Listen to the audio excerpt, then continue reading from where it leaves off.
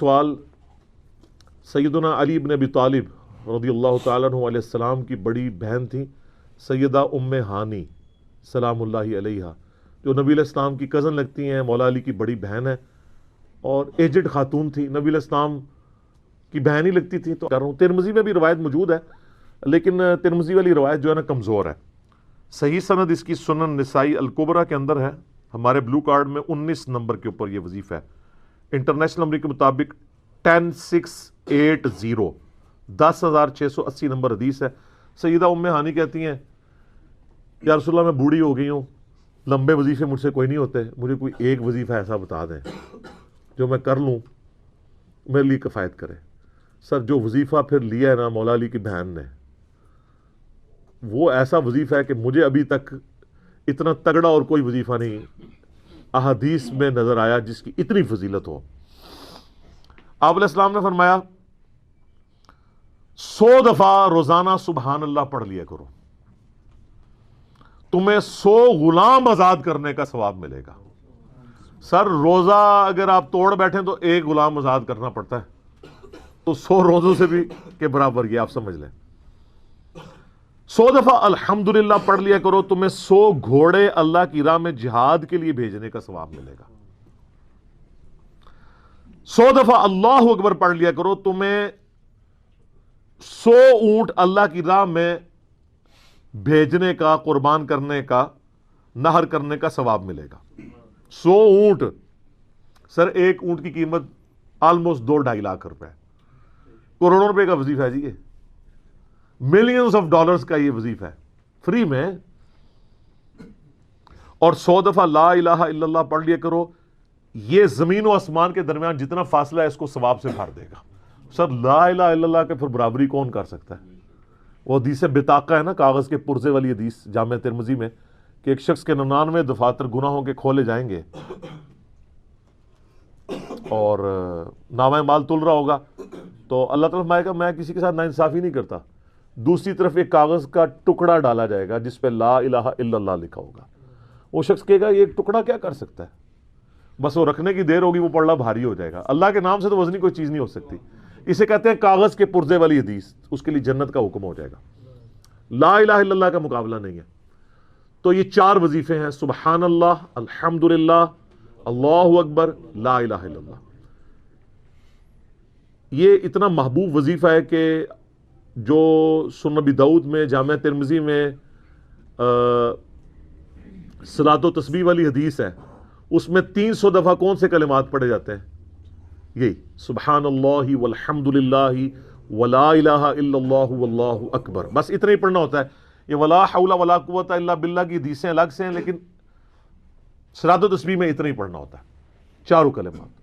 حتیٰ کہ صحیح مسلم میں حدیث ہے، نبی علیہ السلام نے فرمایا یہ 4 کلمات مجھے ہر اس چیز سے بڑھ کر محبوب ہیں جن پہ سورج طلوع ہوتا ہے، یعنی دنیا اور جو کچھ دنیا کے اندر ہے اس سے بڑھ کر مجھے یہ چیز محبوب ہے کہ میں یہ 4 کلمات کہہ لوں، سبحان اللہ والحمد للہ ولا الہ الا اللہ واللہ اکبر۔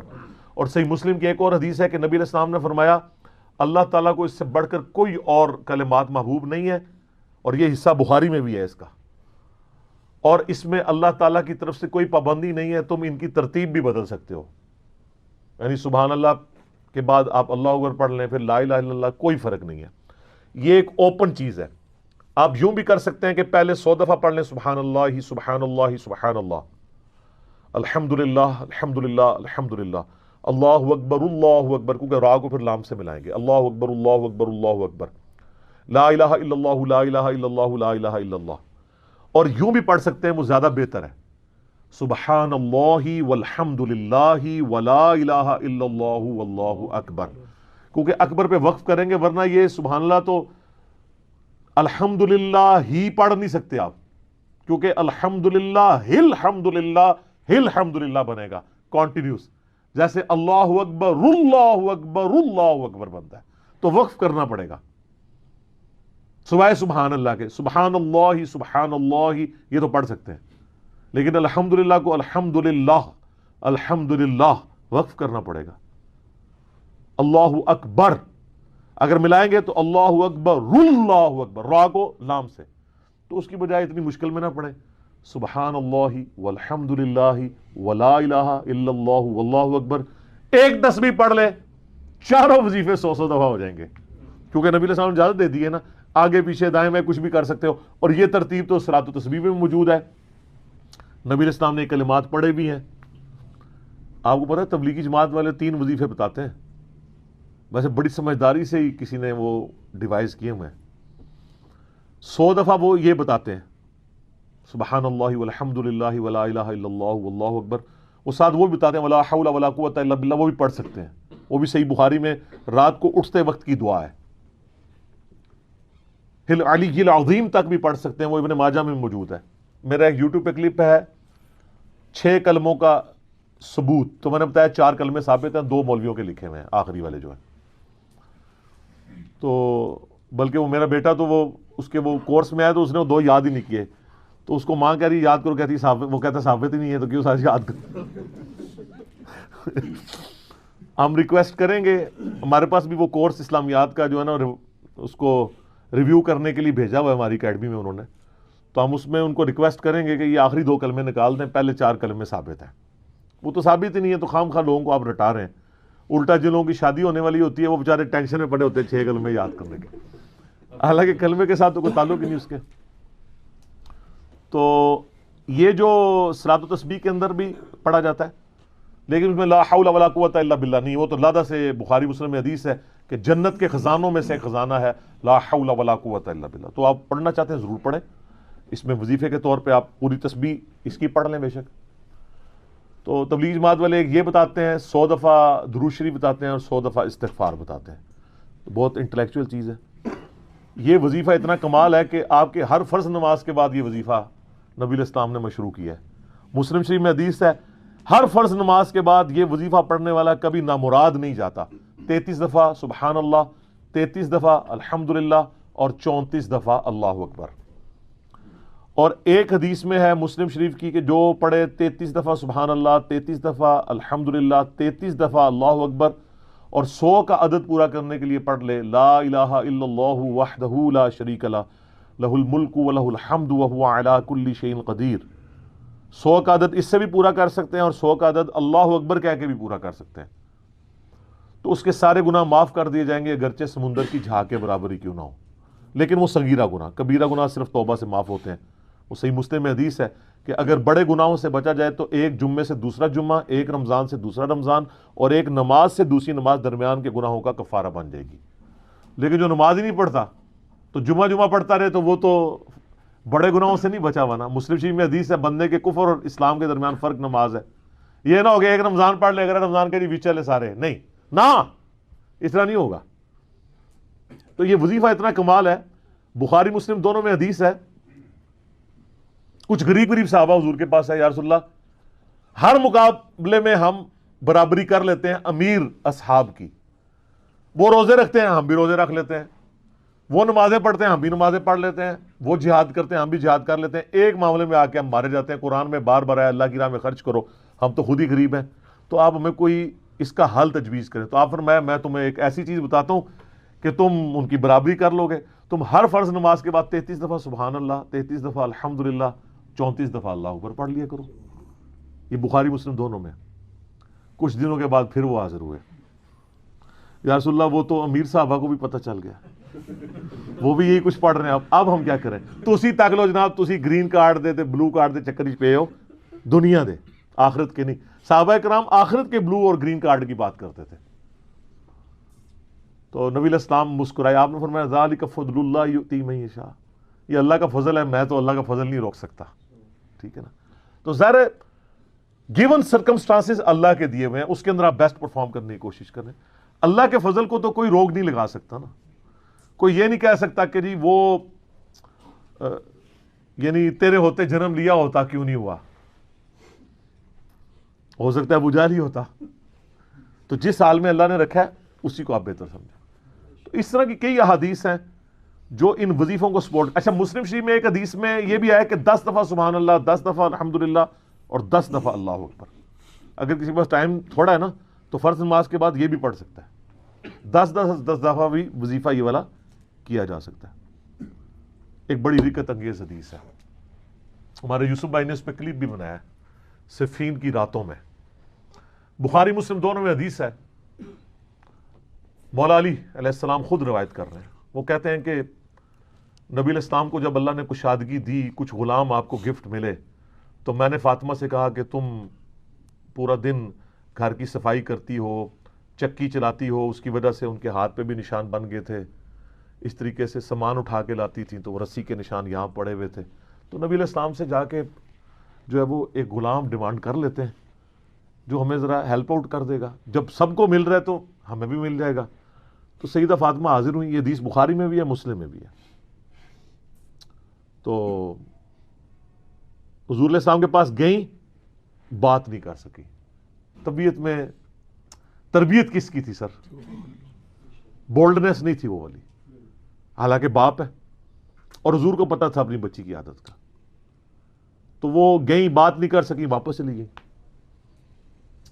تو حضور علیہ السلام محفل برخاست ہوئی، آپ خود آ گئے. سر وہ حدیث کمال ہے. مولا علی کہتے ہیں میں اور فاطمہ ایک چادر میں لیٹے ہوئے تھے اور نبی علیہ السلام ہمارے گھر میں آئے اور پاؤں کی جانب سے نبی علیہ السلام ہمارے بستر میں داخل ہوئے، حتیٰ کہ آپ کے پاؤں کی ٹھنڈک ہم نے اپنے سینے پہ محسوس کی. یعنی حضور علیہ السلام نے پاؤں کی جانب سے اپنے پاؤں انٹر کیے اور وہ پاؤں سیدہ فاطمہ اور مولا علی کے سینے تک پہنچ گئے تو انہوں نے ان کو سینے سے لگا لیا. سر یہ فرینکنس کسی صحابی کو نصیب ہو سکتی ہے؟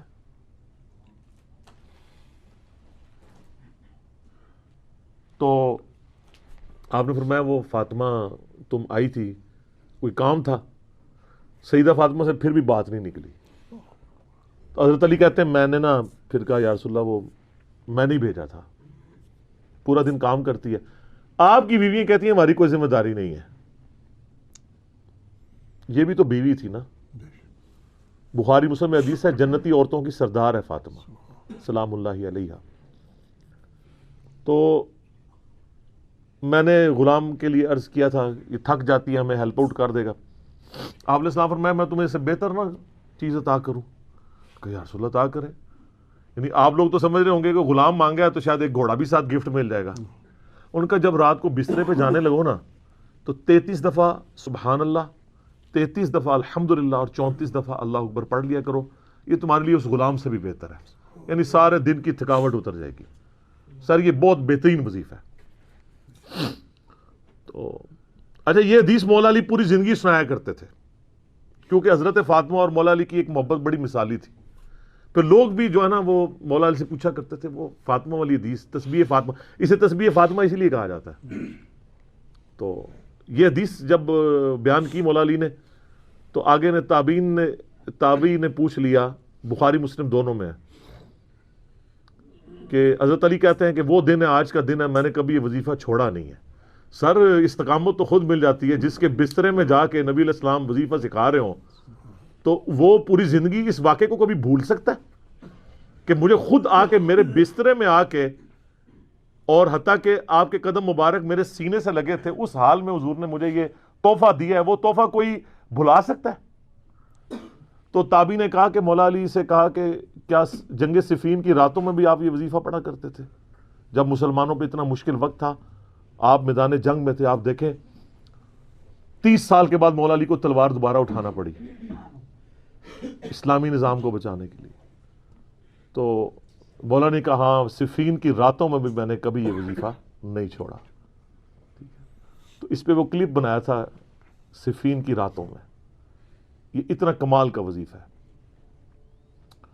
اللہ تعالیٰ ہمیں اس وظیفے پہ استقامت دے اور کچھ نہ کر سکیں یہ ضرور کیا کریں. بخاری مسلم میں حدیث ہے، عائشہ کہتی ہیں نبی علیہ السلام نے فرمایا کہ اللہ تعالیٰ کو سب سے بڑھ کر محبوب عمل وہ ہے جو مستقل مزاجی سے کیا جائے خواہ تھوڑا ہی کیوں نہ ہو، بنسبت اس عمل کے جو بہت زیادہ ہو لیکن مستقل مزاجی سے نہ ہو. ایک بندہ ایک دن 1000 دفعہ سبحان اللہ پڑھتا ہے، اگلے دن 10 دفعہ پڑھتا ہے، اس سے بہتر روزانہ ہی 10 دفعہ پڑھ لے. تو یہ وظیفہ 100 دفعہ پڑھنے کے لیے کوئی زیادہ ٹائم ریکوائرڈ نہیں ہوتا.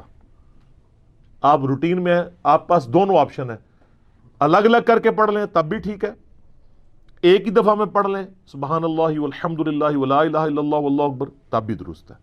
اور فرض نماز کے بعد تو اور کوئی وظیفہ، ایک آیت الکرسی والا وظیفہ اور یہ تسبیح فاطمہ والا وظیفہ اور تکبیر بلند کرنا، استغفار پڑھنا، اللہم انت السلام منک السلام، سارے اذکار اس میں لکھے ہوئے ہیں۔ چند ایک وظائف تو ضرور پڑھیں، اور اس میں یہ والا وظیفہ کبھی نہ چھوڑیں، یہ بہت ایکسٹراڈنری وظیفہ ہے۔ مغرب کی اذانیں شروع ہو چکی ہیں، بقیہ کے سوالات انشاءاللہ اذان مغرب کے وقفے کے بعد انشاءاللہ۔